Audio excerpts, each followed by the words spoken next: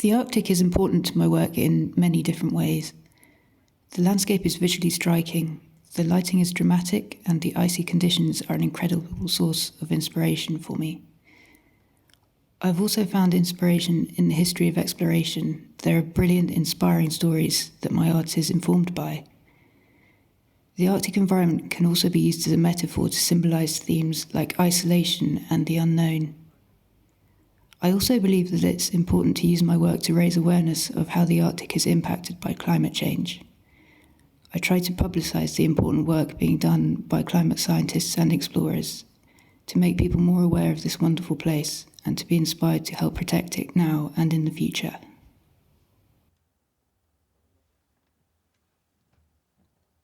Welcome everybody. Welcome everybody.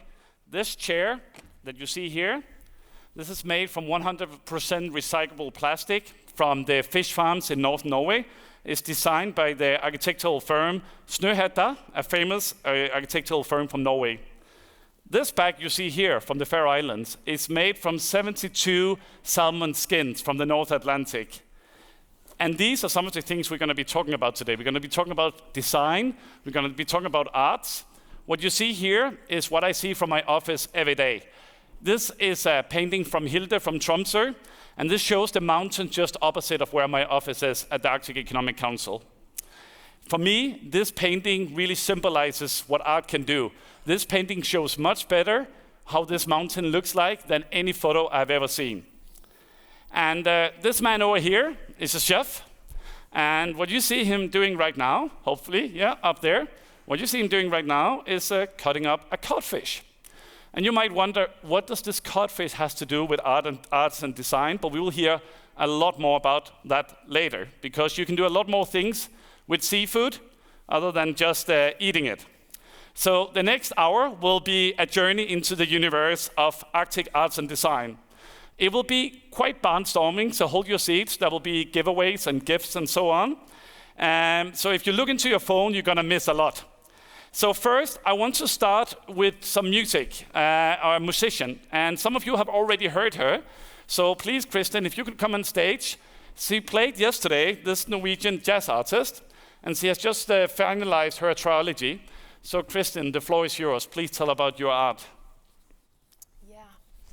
Hello, good evening. My name is Christine. And last night, as Matt said, I had a concert lecture called The Melting Glacier. And Melting Glacier is the title of one of the sonic states on the album, the Sonic Experience Snøhetta, which is the first album in an upcoming trilogy.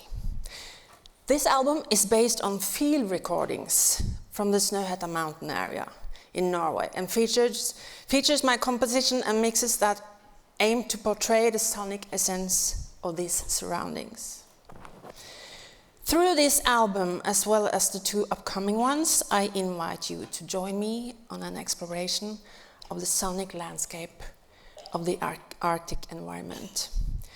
With my music, I capture the sceneries, situations, and scenarios that surrounded me during my visit to the majestic Snøhetta mountain.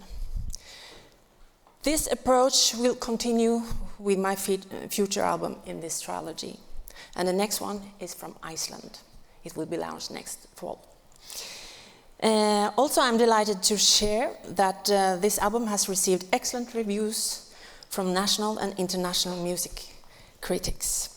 And here is a small part of my documentary music video for the single Melting Glacier. Thank you so much. Julian, you have the bracelet from the... yes, so I want you all to just look at the earrings that we have on here, because the earrings is also a part of the design. So Kristin is wearing earrings from Greenland, from the ruby mine. So thank you to Kristin. We will now see a video from where these rubies came from that Kristin was wearing. So after this, we will just fade into a video from the mining site in Greenland.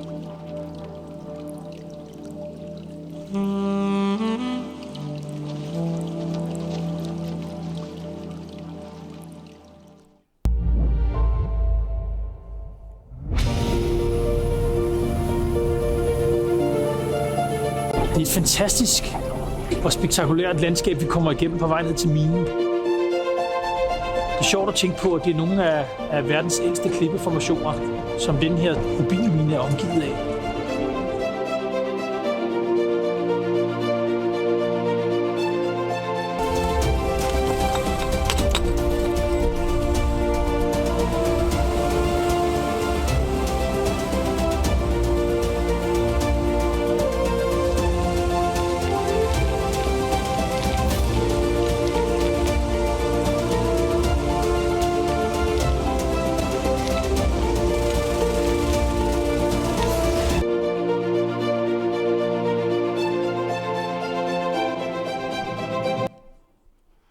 So mining is one important part of the economies in the Arctic. And the next important part is actually what you see at the back here, which is the seafood and the fishing. And one company that sprung out of the seafood and the fishing is the next company we will hear from. But first, here, sir, there's a hat for you, one for you, one for you, and let's take one there. Because the next company we will hear from is 66 North, so please welcome to the stage. Please give her a round of applause from 66 North. Just hang it. Yeah. Okay.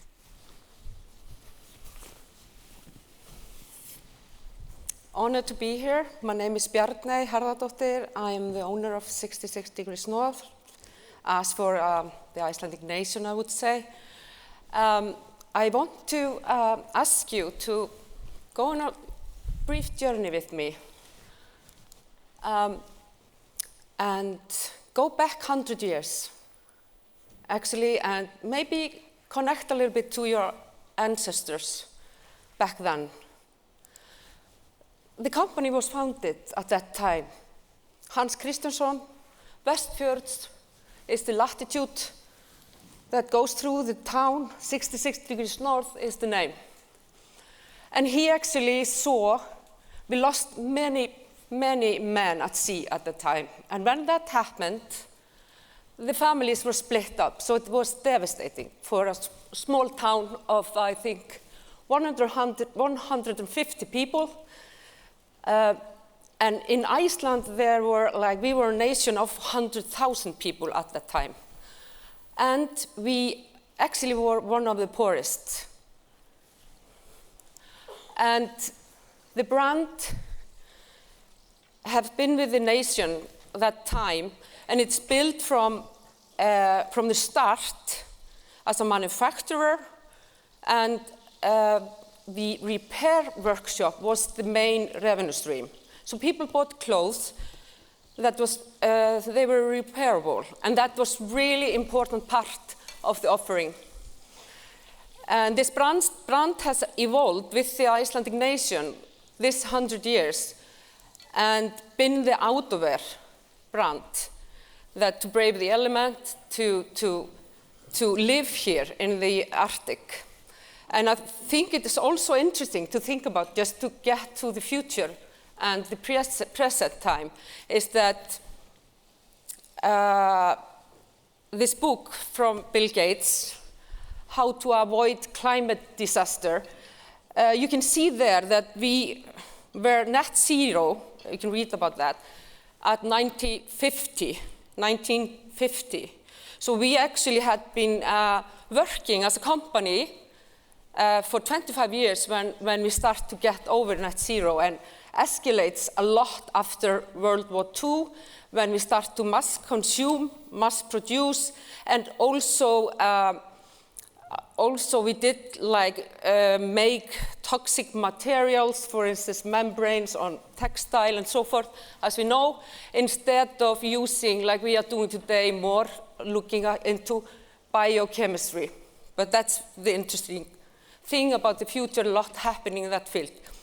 But the company has been built from the Icelandic culture, and built also from a totally different business model than we are seeing today, or more like what was emerging a lot from 1970 with mass production, mass consumption, those brands. And it's also born out of necessity. So it was not like many outdoor companies are born from it was like outdoor enthusiasts.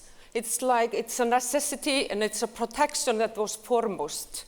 So the quality was of essence. So actually the founder just, he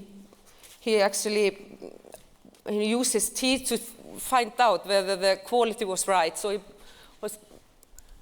it was very interesting at that time.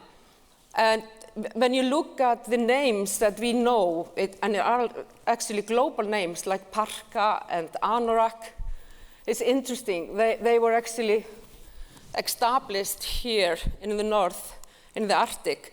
For us, we use ulpa, and we say to our children, go get your ulpa when you should put on a proper outerwear. And this is what we actually do. We do a ulpa that protects you and help you to just brave the element. And the shell jacket here is like, we say this is the modern fisherman coat. And here you can see Gunnar, he's a fisherman from Þingeyri with Dýrafjörð, my uncle, wearing our old one. Just to go into what we look at as our strength going into the future is that we have been repairing, and we have a workshop that is like with the same history as a company, 100 years old. So we repair like 4,000 items a year, and we've been repairing 50 years old garments, and also we have a huge, very big resale market. So actually our items are often, sold more pricier on the resale market. We have to wrap up. Okay. And it's multifunctional because when you're servicing for a very small nation, you need to have hybrid clothing, so ski or golfing, whatever you do. And we utilize all fabrics because we are manufacturers, so we use the scraps for bags, gloves, and so forth. So that's like in our DNA. And what I would like to think, and for the company as a culture, for the culture of the company, is to share, be open. And we have had a lot of initiatives in Iceland, for instance, with small Icelandic companies. This is actually, we are B Corp certified company. We have a collaboration with global companies also, but we have also with a small Icelandic company like Plastpan. So we use our plastic waste to buckles. And we also use waste from our down jackets to furniture.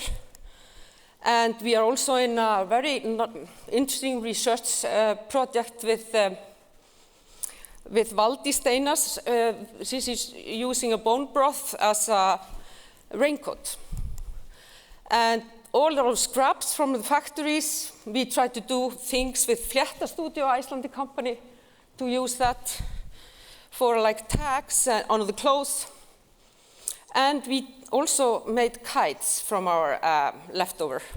So that was very nice, beautiful. And I want to leave you with now coming up next month, Black Friday. Hi, Mats. We have to go to the next three speakers. Oh, sorry. I just want to leave you with a question. How can you be a change maker? Now Black Friday is coming up with Mats' consumption. Thank you. Without further ado, we will invite the next two speakers on, and we will stay within the clothes industry. We will hear now from two sisters from the northern part of Norway. Two sisters that have the company GovMe. It's a startup that they will now tell you about. So GovMe, the floor is yours. Thank you. Hi. We are two sisters from Alta in the North Norway.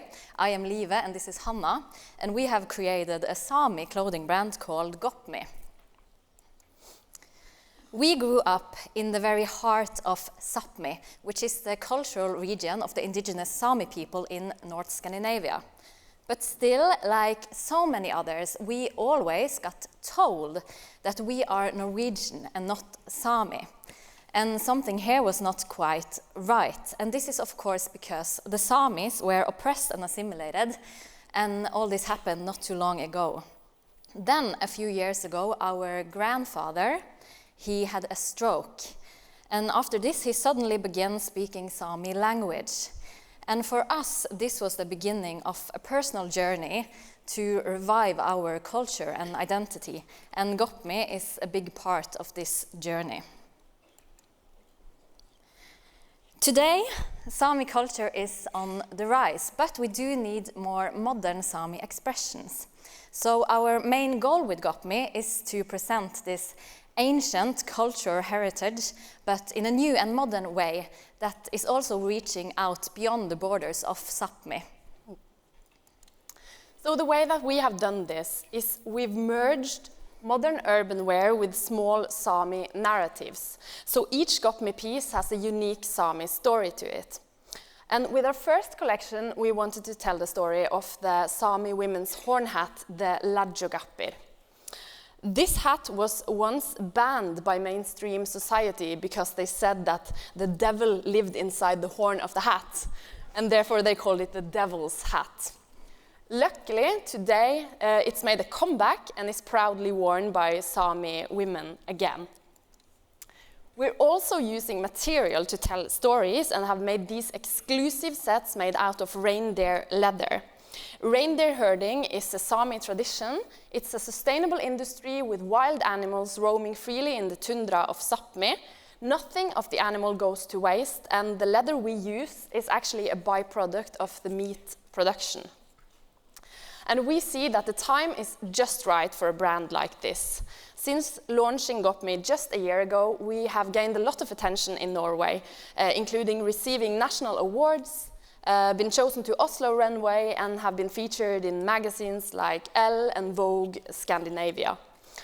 And all of this indicates that we are entering a new and exciting era where there, of course, is a place for a brand that celebrates diversity and Sami culture. Ologito, thank you so much for listening.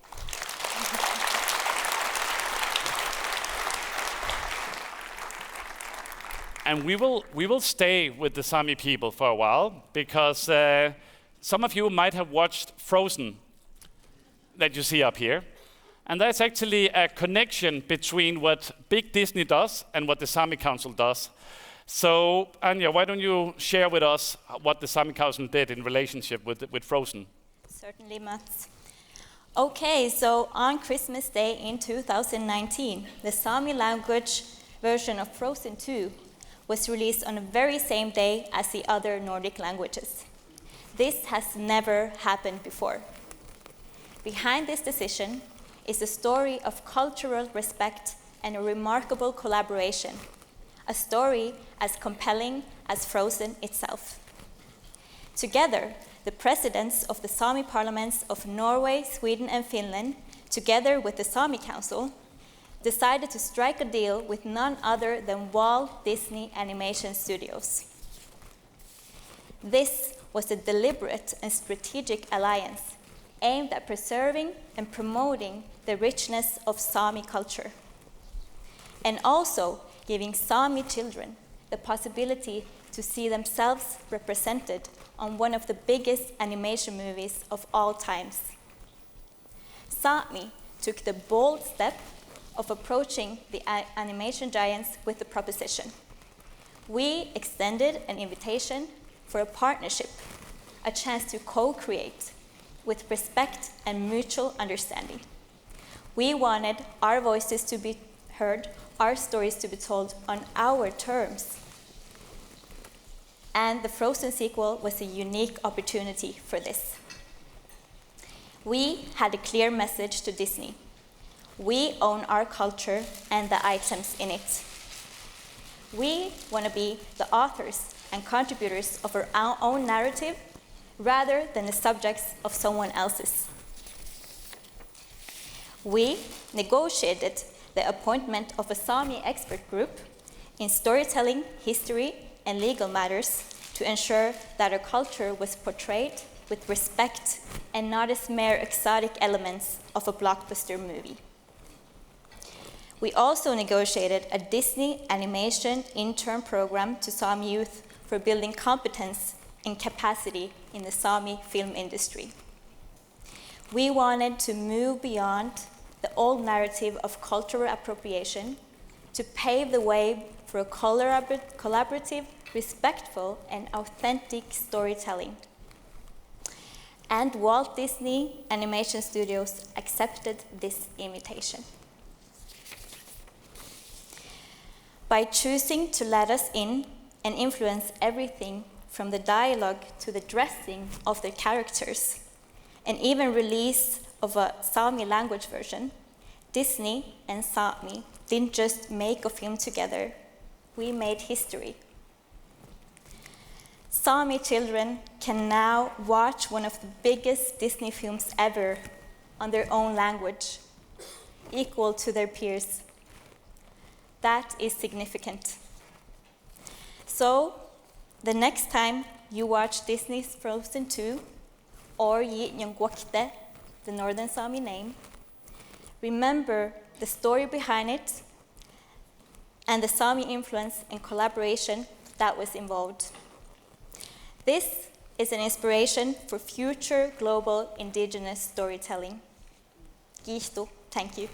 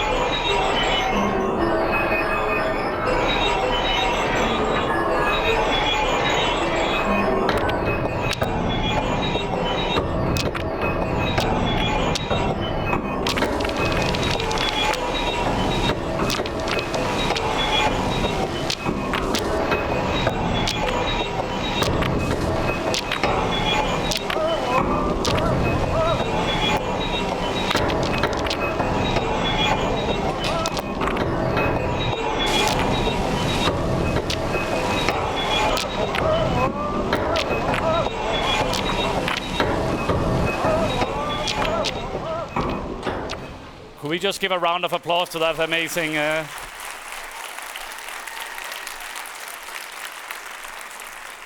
So Naja is from Greenland. She's a student in Iceland. And talking about Greenland and talking about arts and designs, I also want to mention literature. Because a few years ago, together with a friend, I helped to translate Le Petit Prince into the Inuit language, Greenlandic, because it didn't exist. It's the most translated book. And there's 3 copies left in Nuuk, or there were 3 copies left in Nuuk, and I would like to give one away for free. So if we could turn on the spotlight somewhere in the room. Okay, so anyone in that circle over there is going to get one of the last copies of The Little Prince in Greenlandic that has been translated. And now we're going to move on to a completely new field. We heard a lot about arts and design. There's also, for the last few days at the Arctic Circle Assembly, we have heard about some of the issues in the north. One of the issues is a housing crisis. We need more houses, we need more buildings, and also we need better quality. We need housing and buildings that are designed for the Arctic environment. And one company that is doing this is Biosys. So Biosys is a Danish company that has specialized in designing for the Arctic region and the Arctic landscape. So please, Biosys, come on stage.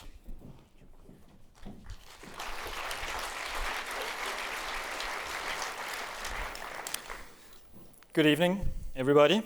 I am Mikkel Tams, and this is Morten Vedelsbøl. We are the founders of Biosys. Wrong video? All right. That's us. No. There we go. Okay. Yes. All right. We're the founders of Biosys, an architecture and urban planning company founded in 2018. We're based in Copenhagen, Denmark, but our work is all over the Arctic, North Atlantic, and the Nordics. Here we aim to share knowledge and experience in climate-driven design across borders and oceans. And thank you so much for the invitation to be part of this art-related session, because we feel that architecture is an important art form. It's a very slow art form, the slowest, I would say. But it's an important art, and an art with a great demand for collaboration. In the Arctic, there has been a great history of import of architecture, where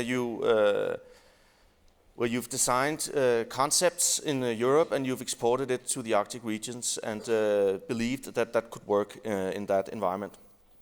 And it has shown that it cannot work like that. You need to design with the climate and with the landscapes. So we are an office that is very driven and dedicated to continuously work for a sustainable future, and use as little dynamite as possible, blowing away landscapes, using as little concrete as possible, not casting. We know that dynamite is a Scandinavian invention, but that's just too bad. So we have a bottom-up approach when we work, and to make our projects grow out of the context, we have an Arctic architectural agenda where we create projects that are shaped by the climate, shaped by the landscape, shaped by the program, the users, and the local materials. Because we are very aware that there is something called connectiveness and home that is extremely important working with buildings and architecture. And the feeling of belonging, creating a new relationship or reconnecting to the landscapes and to nature is a very important part of our practice, because we feel that that creates identity, and identity that comes out of your local surroundings makes you connect to each other, and also something that can then be developed into a collective unity across borders, and something that is not invasive in its planning. And in this regard, we are also we work as urban planners, architects, and landscape architects from the standpoint of not introducing any invasive planning in that sense, invasive building technology or invasive plant life. So we take care of everything within the building, within the urban fabric. Here we are in Nuuk, where we can see that normally you use to build these blocks that are then standing on a flat foundation. But we are always working with how can you connect to this in a more natural way, where every project is related to the topography. Where is the wind, where is the sun? And then every project creates something unique where you can actually take the project away, again, take it apart, and then reuse elements and get nature back in its natural form. That's it. Thank you.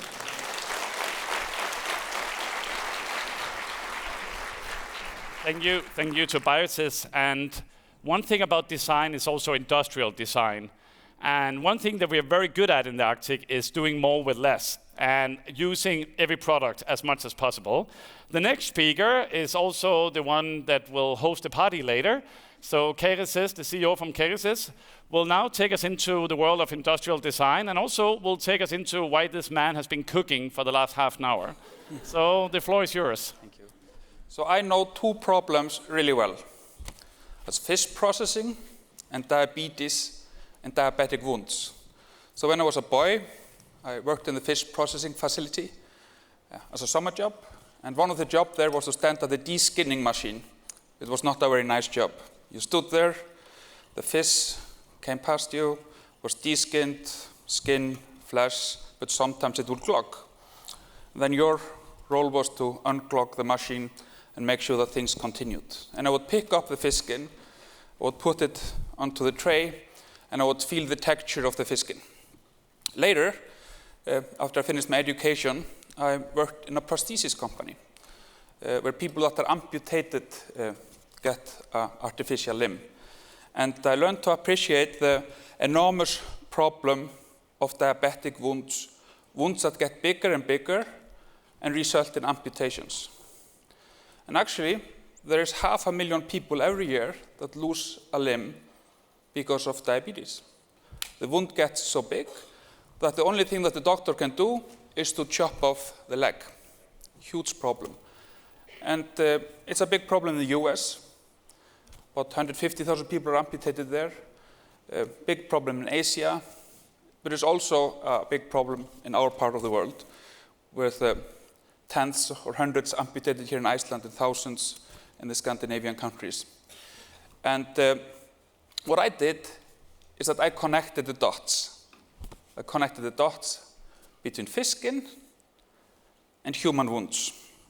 And over the past 10 years, we have developed a valuable medical product from the byproduct of the fishing industry, the fish skin, that used to be disposed of and put into a landfill. And actually, the value of our products now is 20% of the value of the export of the Icelandic cod fishing. 20%. So without catching any new fish, Iceland, the Icelandic GDP, gets 20% more from the fishing catch. And in a few years' time, it's going to be 30, 40, and even 50%. It was a long journey, but I was able to connect the dots and design the product, make the invention, because I had specialty in these two problems over many, many years. So we've grown from nothing to a sizable revenue. And actually, we were acquired this summer by an international medical company. And we were valued more than $1 billion. It was 1,300 million. So this byproduct from the fishing industry, from the pure Arctic, has created the first marine biotechnology unicorn.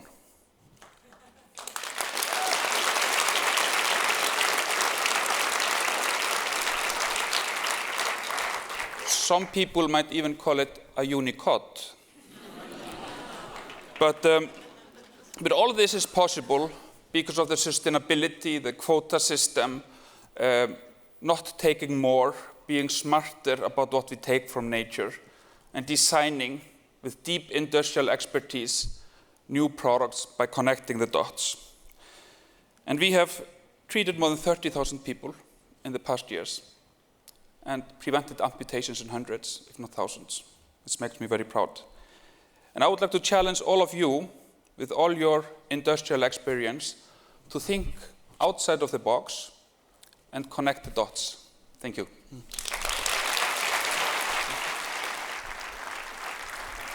And we have the chef over here, and if maybe you could just introduce what you've been cooking with the cod. So for the last 30 minutes, I've been making a pan-fried cod with some cauliflower puree, some fresh cucumbers, and also some pickled pearl onions and chanterelles. With it, I got a bony, like a creamy bone sauce infused with dill oil, and I was thinking if somebody could come and eat it. So if there's any volunteers, you're more than welcome. Yes, you have a volunteer there, Yeah, please. right. Fantastic. We're just getting some cutlery. So you can do many things with cod. You can make a unicorn, or you can make a pan-fried cod dish.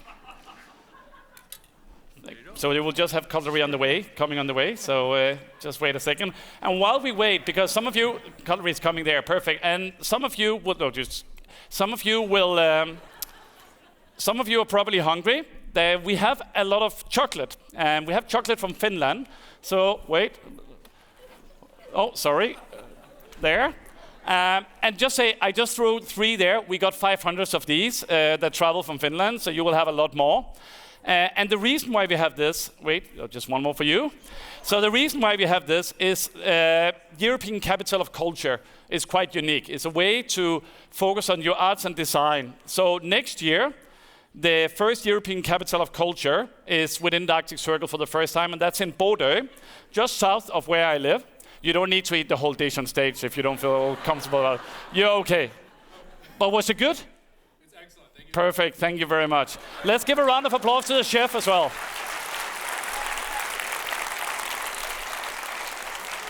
So the next 2 things we will see now is first a video from the European Capital of Culture in Bodø, 2024. And afterwards, the people that came with the chocolate are from Oulu in Finland, and they have the European Capital of Culture in 2026. So first, let's put on the video from Bodø, and then you will hear from the 2 women from Finland afterwards. Thank you. For the first time in history, a European Capital of Culture will be held above the Arctic Circle. Welcome to Bodø 2024. There will be more than 1,000 events. Everything will be presented against the backdrop of our wild and untamed nature, creating a spectacular setting. It's a time to rejoice, sing, and dance together. We will do this in an Arctic landscape, bathed in the midnight sun during the summer, and under the northern lights while they dance in the winter sky. The European Capital of Culture is a way to share our existing stories while also creating new ones.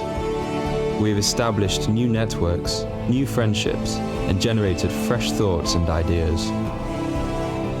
We believe that there is so much power in culture, and that Bodø 2024 will contribute to making the region more attractive. We'll change the image. We're transitioning from cold to cool. It's almost here.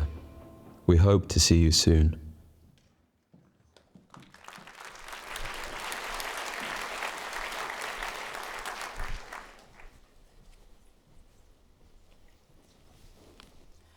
Oulu is a brave, cool and wild city in northern Finland. Oulu, together with 39 municipalities around it, has been chosen to be European Capital of Culture in 2026. So, what is our message? We, northern people, are empathic, funny, at least if you ask us. We enjoy simple way of life, and we are a bit crazy. But we are people that you cannot find anywhere else in the world.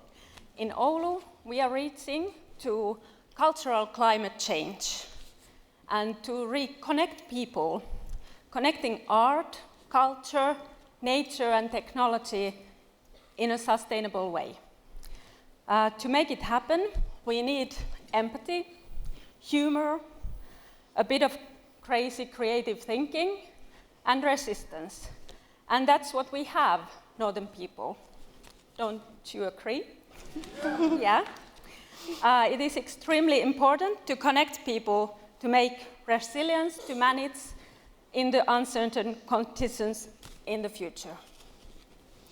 We would like to invite all of you to make the cultural climate change with us. And here is a special greetings from an Arctic design company at a collection from Oulu 2026. Thank you.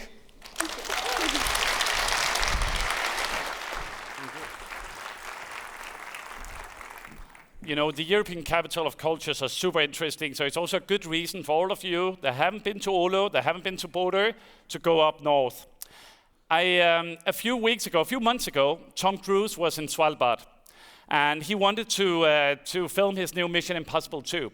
He went out there with all his crew, and the local authorities said, no, we have polar bears everywhere, you're not allowed to film here, it's a protected area. So he had to leave. But why did Tom Cruise go to Svalbard? Why is it that Peter Pan and Star Wars is being filmed in the Faroe Islands? And how come that the Arctic is such a good place to do films? We'll just have a showcase, a trailer for the company True North Production here in Iceland that is bringing Hollywood to the Arctic. And then we will hear from True North Production afterwards. But let's put on the trailer first.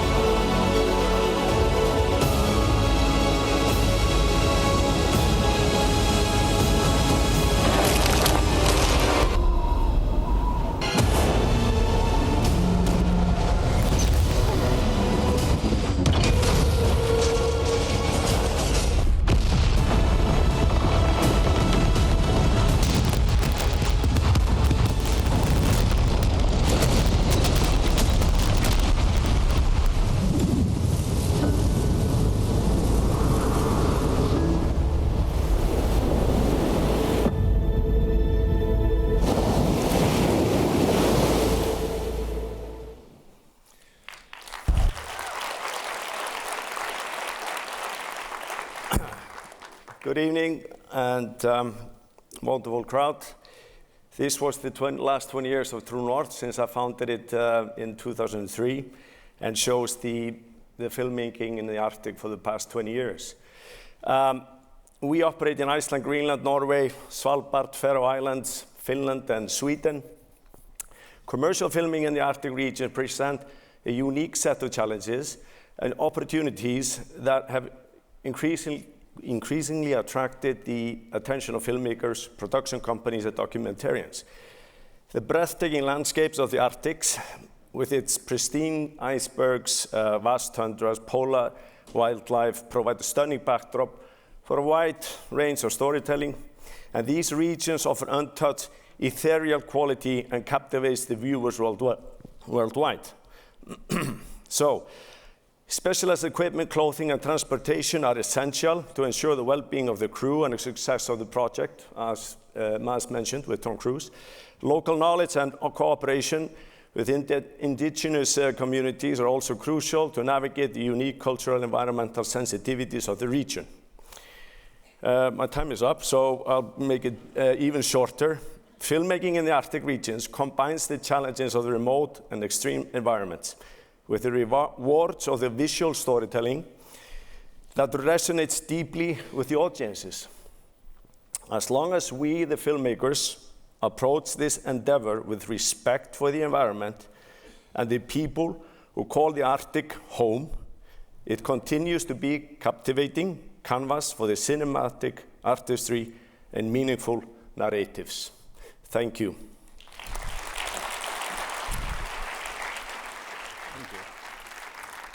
So maybe we could just turn on the giveaway light again. If we can put on the random spotlight and some, oh, up there. So the people sitting up there are very lucky because this lava rock is from Iceland, from the Blue Lagoon.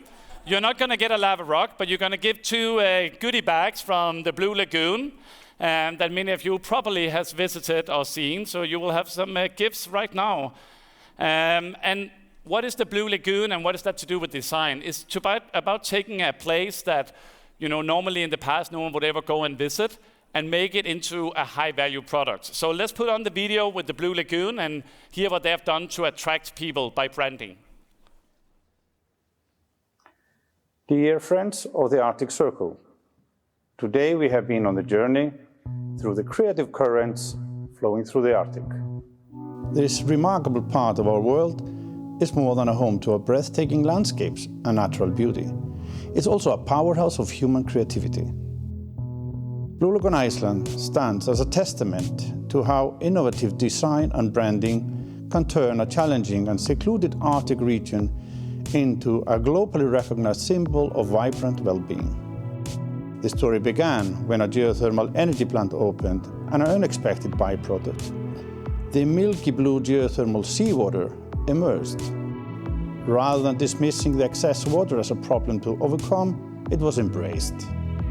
Word of its benefits spread, paving the way for the emergence of the Blue Lagoon Company.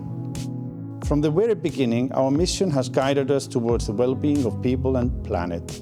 We have made deliberate efforts to carefully harness the unique qualities of this Arctic region, inviting others to fully experience its untamed wilderness, geothermal marvels, and natural beauty. Our commitment to social, environmental, and economic well-being is driven by principles of knowledge and innovation, which we harness to generate shared value and benefits for all. We strive for minimal intrusion, always in harmony with the nature that defines us. Our genuine value is rooted in the remote, the unspoiled, the nothingness. We recognize that it is within these pillars where our true worth resides. The Blue Lagoon journey shows the remarkable power of uniting innovation and nature. It's a testament to the Arctic's potential and the boundless possibilities that creative use of design and branding can unlock in this extraordinary region. The opportunities are limitless. Though I couldn't join you in person today, my thoughts are with you. And have a really fantastic evening tonight.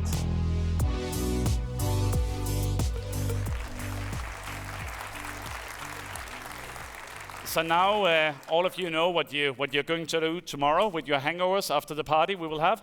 So this show has been about branding of the Arctic, about Arctic arts and design, talking the Arctic up. Our next speaker is from Finland. He's from Rovaniemi in Finland. And his company, Flatlight, They work with visual production, with branding and so on. And one of the things they've been talking about is how do we brand the Arctic? And I think that's very fitting for everything what we have been talking about right now. So the floor is yours. Thank you. Hello, everybody. My name is Miikka Niemi. I'm the founder and CEO of Flatlight. Flatlight is a Rovaniemi-based company. We are a creative house, and we ideate, design, and produce for all the senses, focusing on branding, storytelling, and spatial experiences. What we say at Flatlight, expect nothing. What that means is that we keep the northern creativity in the core of everything we do. What we do with our clients, we take the brands, the imaginations beyond, with our unique northern twist. What does that mean? I have 2 examples of our cases for branding the Arctic. First one is our hometown city of Rovaniemi. We were privileged to start the rebranding project for them, and it's of course a big challenge when you are based in the same place. What we did was that we concentrated on the core story of Rovaniemi. We went to the history and we searched around the city with the architecture, and we found these cool shapes that are unique to the place. And actually that became the core part of the branding of Rovaniemi. In addition to that, we found those symbols that all have their own unique story to support the whole story of Rovaniemi. And then the next example is, this is Arctic. This is a project that was part of Visit Arctic Europe 2. The aim for Visit Arctic Europe 2 was to promote the northern parts of Finland, Sweden, and Norway to international travelers.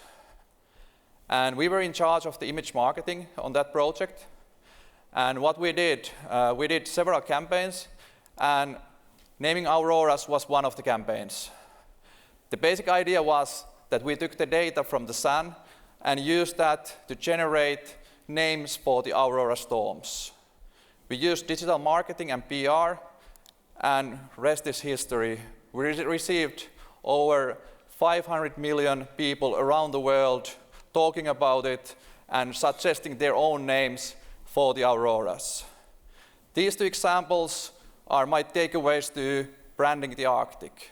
Keep the story in mind and in the core, and be creative and use earned media to spread the word. Thank you, everybody. This is my call to adventure. Thank you.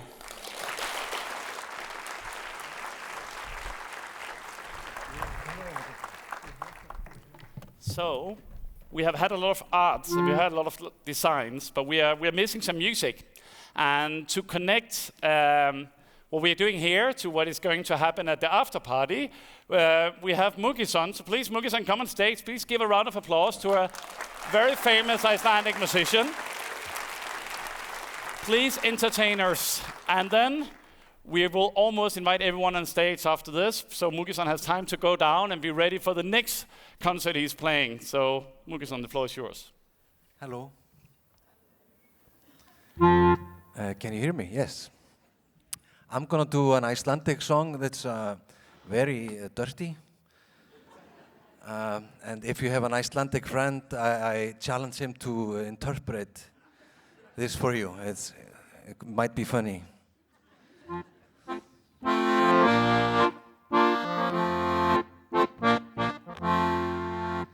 Þarna fékk ég það fyrst. Já, þarna fékk ég þig kysst. Hingað kem ég þegar heimurinn frýs. Ég hef aldrei faðmað aðra eins dýr. En ég veit þú liggur með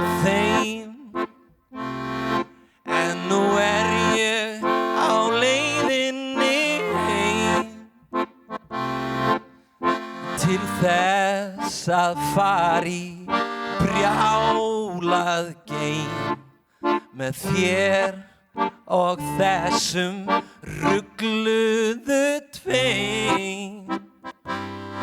Og ef þið kunnið lagið, syngið með. Sakna Ísafjarðar og þín á gúan og stelpan mín. Mig langar að hitta þig, kíkja smá inn í þig, gúan og stelpan mín.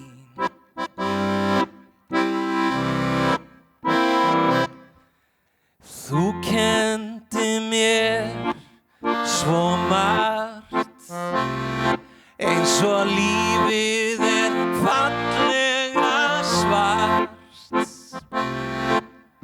Smá snert af rugli allt sem þú þarft. Ástin bara hjartaskar. Sakna Ísafjarðar og þín á gúan og stelpan mín. Mig langar að hitta þig, kíkja smá inn í þig, gúan og stelpan mín.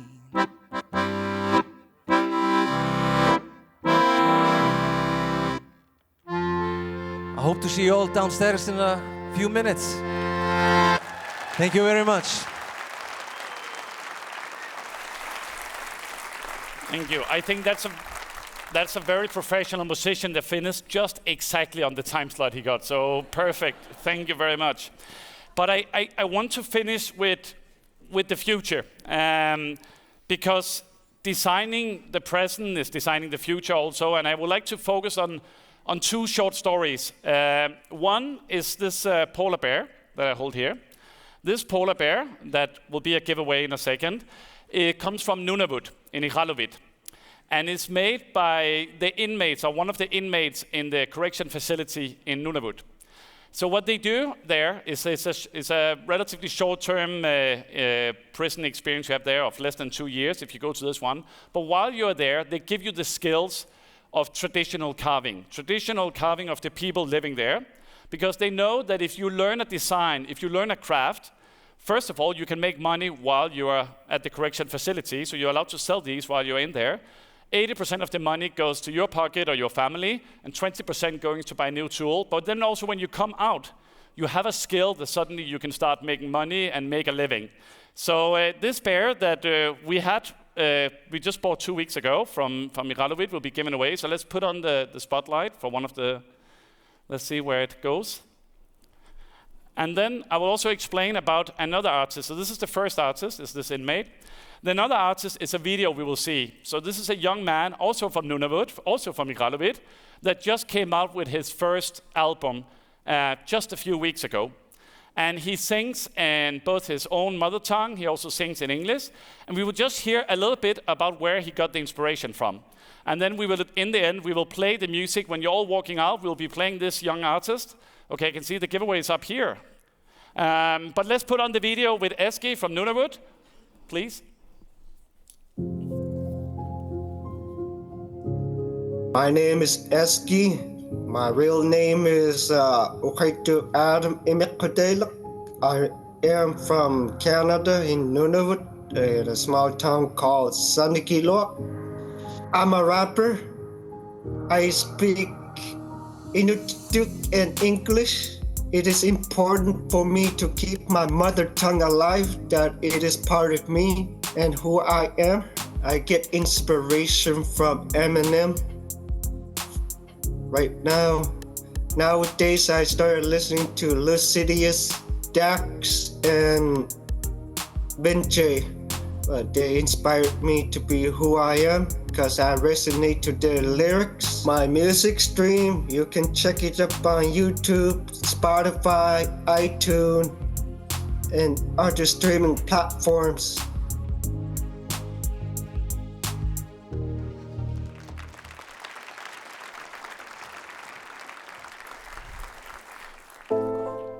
So that was it for now. I just want all of us to invite all the speakers on stage so we can give them a proper round of applause. And then wait and get everyone on stage. Yes. So this is really the Arctic and the arts and design.